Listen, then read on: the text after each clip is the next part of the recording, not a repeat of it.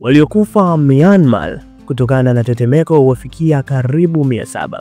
Idadi ya waliofariki kutokana na tetemeko kubwa la ardhi nchini Myanmar imeongezeka na kufikia karibu 700, huku takriban watu 1700 wakijeruhiwa, kwa mujibu wa taarifa ya jeshi la serikali ya nchi hiyo siku ya Jumamosi. Tetemeko hilo lenye ukubwa wa 7.7 katika kipimo cha Richter lilipiga kaskazini magharibi mwa mji wa Sagaing katikati mwa Myanmar siku ya Ijumaa na kusababisha uharibifu mkubwa katika maeneo makubwa ya nchi. Hali ya hatari imetangazwa katika mikoa 6 ikiwa ni pamoja na Mandalay, jiji la pili kwa ukubwa nchini humo, ambalo lilikuwa karibu na kitovu cha tetemeko ambapo uharibifu mkubwa umeonekana. Tetemeko la ardhi laua watu 20 Myanmar na Thailand. Katika taarifa, serikali ya jeshi ya Myanmar imesema kwamba vifo 694 vimethibitishwa katika mkoa wa Mandalay pekee, pamoja na watu 1670 waliojeruhiwa. Lakini mawasiliano ni magumu na ukubwa halisi wa maafa bado haujajitokeza. Kwa hivyo idadi ya vifo huenda ikaongezeka sana. Picha za shirika la habari la AFP kutokana na Mandalay zinaonyesha majengo mengi yameporomoka na kuwa rundo la vifusi. Awali, serikali ilisema kuwa takriban watu 144 wamepoteza maisha nchini Myanmar, ambapo picha na video kutoka miji miwili iliyokumbwa na janga hilo kubwa zilionyesha uharibifu mkubwa.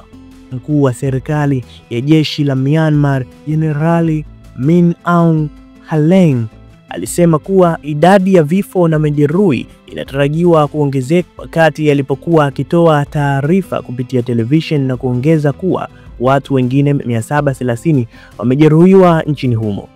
Nchini Thailand, mamlaka ya jiji la Bangkok imesema watu 10 wamekufa, 16 wamejeruhiwa na wengine 101 hawajulikani walipo katika maeneo matatu ya ujenzi, ikiwa ni pamoja na ghorofa ya juu. Tetemeko hilo la ukubwa wa 7.7 katika kipimo cha Richter lilitokea saa 6 mchana usiku wa Ijumaa, huku kitovu cha tetemeko hilo kikiwa karibu na mji wa pili kwa ukubwa nchini Myanmar wa Mandalay.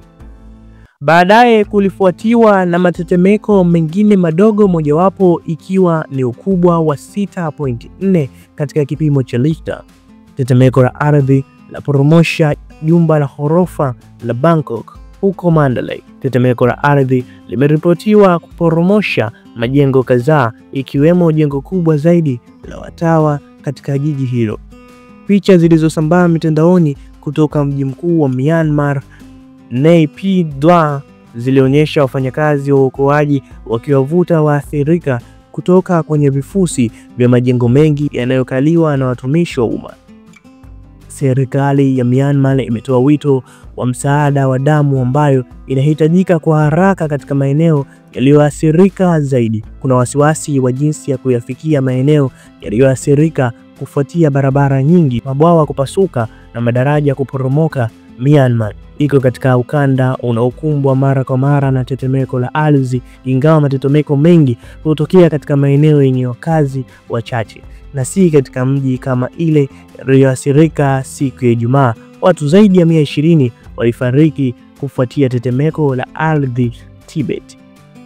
India, Ufaransa na Umoja wa Ulaya zote zilijitolea kutoa msaada, wakati shirika la afya duniani WHO likisema kuwa linahamasisha kituo chake cha vifaa huko Dubai kwa ajili ya kuwashughulikia majeruhi.